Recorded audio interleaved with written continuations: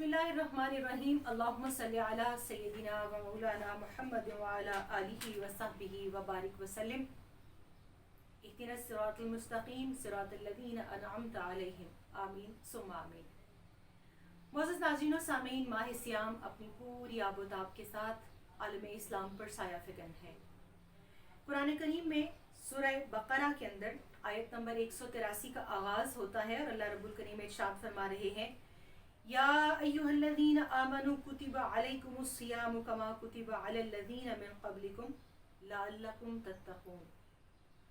लअल्लकुम तत्तक़ून मतलब ए ईमान वालो, तुम पर इस तरह रोज़े फ़र्ज़ किए गए हैं जैसे तुमसे पहले लोगों पर फ़र्ज़ किए गए थे, ताकि तुम परहेज़गार बन जाओ। सूरह बकरा आयत नंबर 183। अल्लाह ताला हमें ये इरशाद फरमा रहे हैं कि तुमसे पहली उम्मतों पर भी रोज़े फ़र्ज़ किए गए थे और तुम पर उसी तरह फ़र्ज़ किए गए हैं। और इसका मकसद क्या है? इसका मकसद तकवा का हुसूल है। और हमने ये देखा है कि हमारे इर्द गिर्द कई ऐसे हमें रोज़ादार नज़र आते हैं कि जो सहरी के वक्त सहरी तो कर लेते हैं, इफ्तार के वक्त इफ्तार भी करते हैं, लेकिन ना वो झूठ बोलना छोड़ते हैं, ना वो ज़ख़ीरा अंदोज़ी छोड़ते हैं, ना दूसरों का हक मारना छोड़ते हैं, ना वो ग़ीबत और चुगली छोड़ते हैं। तो फिर हम सबको अपने अपने गिरेबानों के अंदर झांकना चाहिए कि ये कैसा मुबारक महीना है, ये कैसा बरकत वाला महीना है, जिसकी एक एक साथ इतनी कीमती है कि मेरे नबी अलैहिस्सलाम ने जिब्रील अमीन अलैहिस्सलाम तशरीफ़ लाए और एक मरतबा दुआए ज़रर फरमाई। अब यहाँ मुख्तलिफ़ उलमा ने अपनी अपनी जब कुतुब के अंदर इस हदीस को रिवायत किया तो बाज़ ने अल्फाज लिखे हैं कि जिब्रील अमीन अलैहिस्सलाम ने बद्दुआ फरमाई। तो यहाँ पर मैं एहतियात और अदब के तकाज़ों को पेश नज़र रखते हुए ये बात कहना चाहती हूँ कि बद का लफ्ज़ जिब्रील अमीन अलैहिस्सलाम या आप सल्लल्लाहु अलैहि वसल्लम की दुआ के साथ जोड़ना कभी भी मुनासिब नहीं। कहना ये चाहिए कि दुआए ज़रर फरमाई। और अब आप देखिए कि दुआए ज़रर कौन कर रहा है? जिब्रील अमीन अलैहिस्सलाम।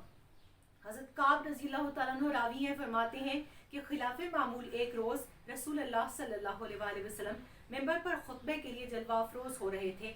आपने एक सीढ़ी पर कदम रखा, आपने फरमाया आमीन। फिर दूसरी पर पायत 10 रखे और आपने फरमाया आमीन। फिर तीसरी पर आपने अपने कदमैन पाक रखे और फिर आमीन फरमाया। खुतबा इरशाद फरमाया, आप मिंबर से नीचे जलवा अफरोज़ हुए। सहाबा ने पूछा, या रसूलल्लाह सल्लल्लाहु अलैहि वसल्लम, आपने आज खिलाफ़े मामूल 3 मरतबा आमीन इरशाद फरमाया है, हमें फरमाइए कि क्या मामला था? आपने इरशाद फरमाया, मेरे सहाबा, मेरे पास जिब्रील अमीन अलैहिस्सलाम तशरीफ़ लाए थे। उन्होंने कहा कि या रसूलल्लाह सल्लल्लाहु अलैहि वसल्लम, हलाक हो वो शख्स जिसके सामने आपका जिक्र किया जाए और वो आप सल्लल्लाहु अलैहि वसल्लम पर दुरूद न पढ़े। मैंने कहा आमीन। फिर फरमाया, खाइबो खासिर हो, हलाक हो वो शख्स जो माह रमज़ान को पाए और अपने नेक आमाल के ज़रिए अपने रब से मग़फ़िरत हासिल करके जन्नत का हक़दार न बन जाए। मैंने कहा आमीन।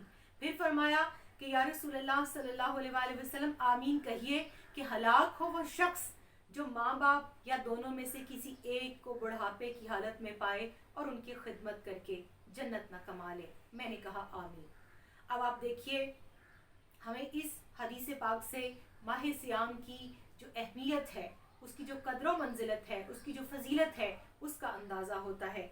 हदीस पाक में आता है, सैयदना अबू हुरैरा रज़ियल्लाहु तआला अन्हु रावी हैं, सही बुखारी शरीफ की ये हदीस है कि जो शख्स बहालत रोज़ा झूठ बोलना और उस पर अमल करना तर्क न करे तो अल्लाह ताला को उसकी कोई ज़रूरत नहीं कि वो खाना पीना तर्क करे।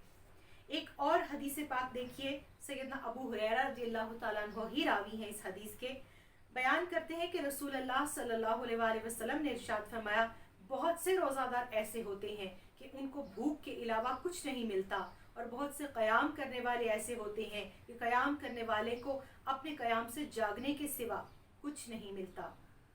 एक और हदीस पाक देखिए, इस हदीस पाक के रावी भी सैयदना अबू हुरैरा रज़ियल्लाहु तआला अन्हु हैं, फरमाते हैं कि रसूलुल्लाह सल्लल्लाहु अलैहि वसल्लम ने इरशाद फरमाया, जिसने बग़ैर उज़्र के माह रमज़ान का एक रोज़ा छोड़ा तो ज़माने भर के रोज़े भी उसका बदल नहीं हो सकते।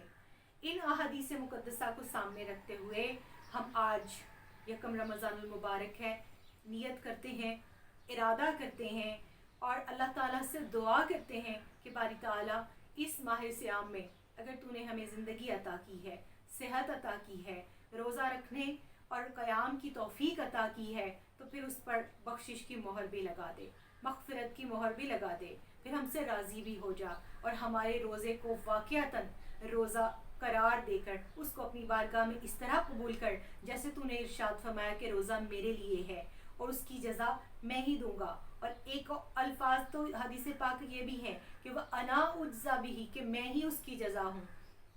باری تعالیٰ ہم گناہ گار تجھ سے تجھی کو مانگتے ہیں، اس روزے کی جزا کے طور پر تو اپنی محبت اور اپنی ذات کے معرفت عطا فرما، آمین ثم آمین، وما علیہ الا البلاغ۔